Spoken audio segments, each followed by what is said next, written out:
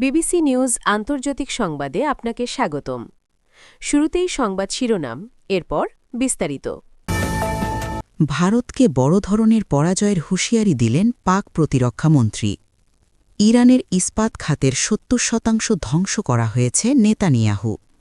সীমান্তে নতুন আতঙ্কের ছায়া, নদী খালে সাপ কুমির ছাড়ার ভাবনায় বিএসএফ।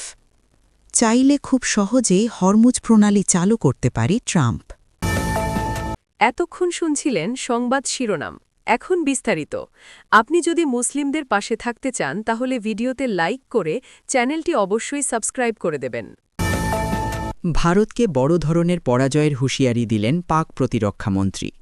পাকিস্তানের প্রতিরক্ষামন্ত্রী খাজা আসিফ ভারতকে কঠোর হুঁশিয়ারি দিয়ে বলেছেন, ভবিষ্যতে যদি কোনো ধরনের ফলস ফ্ল্যাগ অপারেশন বা সাজানো অভিযানের চেষ্টা করা হয় তবে তার ফল হবে আগের চেয়েও ভয়াবহ। ভারতের সাম্প্রতিক উস্কানিমূলক বক্তব্যের প্রেক্ষিতে তিনি স্পষ্টভাবে জানান, পাকিস্তান যে কোনো পরিস্থিতির জন্য প্রস্তুত এবং যে কোনো আগ্রাসনের দানভাঙা জবাব দেওয়া হবে। সমা টিভির একটি টক শোতে খাজা আসিফ দাবি করেন, ভারত আবারও পাকিস্তানের বিরুদ্ধে একটি সাজানো নাটক বা ফলস ফ্ল্যাগ অপারেশন চালানোর ষড়যন্ত্র করছে। তিনি ভারতকে সতর্ক করে বলেন, এবার এমন কোনো ধৃষ্টতা দেখালে ভারত আগের চেয়েও বড় পরাজয়ের সম্মুখীন হবে। ভারতের সীমানার ভেতরে ঢুকে আঘাত করার প্রচ্ছন্ন ইঙ্গিত দিয়ে তিনি বলেন, পাকিস্তান তার সার্বভৌমত্ব রক্ষায় পিছপা হবে না। ভারতীয় প্রতিরক্ষামন্ত্রী রাজনাথ সিংয়ের সাম্প্রতিক বক্তব্যের কড়া সমালোচনা করে আসিফ একে ভারতের হতাশার প্রতিফলন হিসেবে বর্ণনা করেন।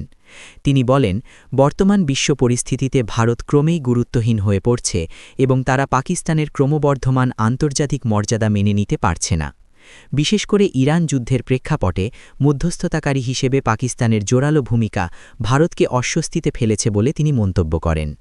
পেহেলগাম ঘটনার কথা উল্লেখ করে খাজা আসিফ বলেন, ভারত আন্তর্জাতিক অঙ্গনে পাকিস্তানের বিরুদ্ধে আনীত অভিযোগগুলো প্রমাণ করতে সম্পূর্ণ ব্যর্থ হয়েছে।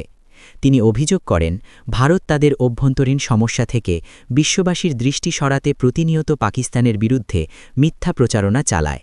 তবে পাকিস্তান এখন অনেক বেশি সুসংহত এবং যে কোনো আক্রমণ মোকাবেলায় তাদের প্রস্তুতি সম্পন্ন।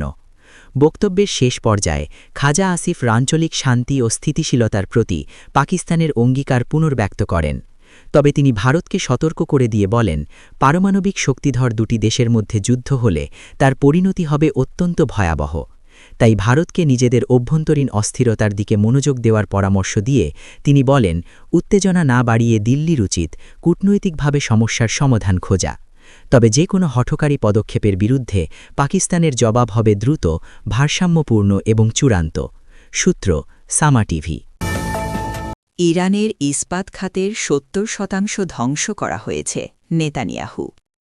যুক্তরাষ্ট্র ও ইসরায়েলের সম্মিলিত বিমান হামলায় ইরানের মোট ইস্পাত উৎপাদন ক্ষমতার ৭০%ই ধ্বংস হয়ে গেছে বলে দাবি করেছেন ইসরায়েলি প্রধানমন্ত্রী বেনিয়ামিন নেতানিয়াহু। শুক্রবার ৩ মার্চ এক ভিডিও বিবৃতিতে তিনি জানান, ইরানের গুরুত্বপূর্ণ অবকাঠামো এবং শিল্পভিত্তিকে লক্ষ্য করে চালানো ধারাবাহিক হামলার ফলে এই ব্যাপক ক্ষতি হয়েছে। বিবৃতিতে নেতানিয়াহু বলেন, ইসরায়েলি বাহিনী বর্তমানে ইরানের সামরিক কমান্ডারদের নির্মূল করার পাশাপাশি গুরুত্বপূর্ণ সেতু ও বিভিন্ন অবকাঠামোতে বোমাবর্ষণ করছে। একে একটি বিশাল অর্জন হিসেবে অভিহিত করে তিনি দাবি করেন, ধ্বংসযজ্ঞের ফলে ইরানের বিপ্লবী গার্ড বাহিনী আইআরজিসি একদিকে যেমন তাদের আর্থিক উৎস হারিয়েছে, অন্যদিকে বড় ধরনের অস্ত্র উৎপাদনের সক্ষমতাও খুইয়েছে। উল্লেখ্য, আন্তর্জাতিক আইন অনুযায়ী বেসরকারি স্থাপনা হিসেবে ইস্পাত কারখানায় হামলা চালানো নিষিদ্ধ। তবে যদি প্রমাণ করা যায় যে সংশ্লিষ্ট স্থাপনাটি সরাসরি সামরিক উদ্দেশ্যে ব্যবহৃত হচ্ছে, তবেই সেখানে হামলা চালানোর অবকাশ থাকে। ইসরায়েল মূলত এই যুক্তি ব্যবহার করেই ইরানের শিল্প খাতে লক্ষ্যভেদ করছে বলে ধারণা করা হচ্ছে। সূত্র, আল জাজিরা। ভারত বাংলাদেশ সীমান্তকে ঘিরে ফের নতুন এক বিতর্কের জন্ম হয়েছে। দীর্ঘদিন ধরেই সীমান্তে গুলি চালানো, মানবাধিকার লঙ্ঘন এবং অনুপ্রবেশ ঠেকাতে কঠোর পদক্ষেপ নেওয়া নিয়ে নানা অভিযোগ উঠেছে। সেই আবহেই এবার নদী ও জলাভূমি সংলগ্ন সীমান্ত এলাকায় নজরদারি জোরদার করতে সাপ ও কুমিরের মতো হিংস্র সরীসৃপ ব্যবহারের সম্ভাবনা খতিয়ে দেখছে ভারতীয় সীমান্তরক্ষী বাহিনী বিএসএফ। বিষয়টি প্রকাশে আসতেই দুই দেশের সীমান্তবর্তী মানুষের মধ্যে তৈরি হয়েছে নতুন উদ্বেগ। একই সঙ্গে মানবাধিকার মহলেও শুরু হয়েছে তীব্র আলোচনা। প্রায় ৪,০০০ কিলোমিটারের বেশি দীর্ঘ ভারত-বাংলাদেশ সীমান্তের একটি বড় অংশ জুড়ে রয়েছে নদী, খাল ও জলাভূমি। এই সব এলাকায় কাঁটাতারের বেড়া বসানো সম্ভব হয়নি।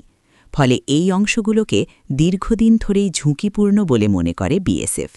তাদের দাবি, এই সব পথ ব্যবহার করেই অনুপ্রবেশ, চোরাচালান এবং অবৈধ যাতায়াত ঘটে থাকে। ইতোমধ্যেই এই সীমান্তে ড্রোন নজরদারি, তাপচিত্র যন্ত্র, জিপিএস নির্ভর ট্র্যাকিং ব্যবস্থা এবং বিভিন্ন আধুনিক প্রযুক্তি ব্যবহার করা হচ্ছে।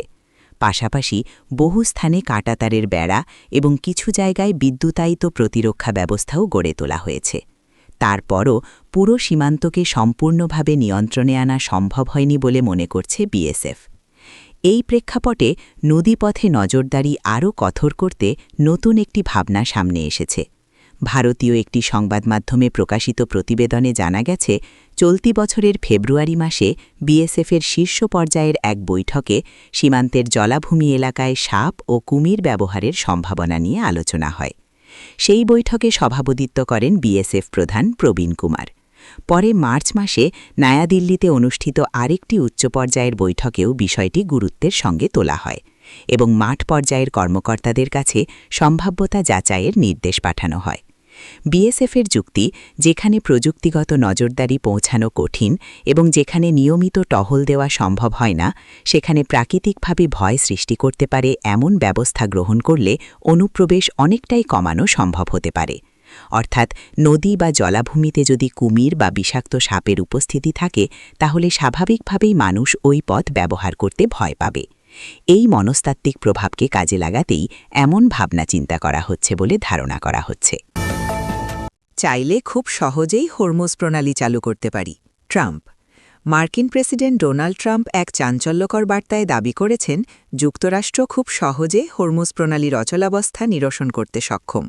নিজের সোশ্যাল মিডিয়া প্ল্যাটফর্ম ট্রুথ সোশ্যালে দেওয়া এক পোস্টে তিনি উল্লেখ করেন, হাতে কিছুটা সময় পেলে তারা অনায়াসেই এই কৌশলগত জলপথটি উন্মুক্ত করতে পারবেন।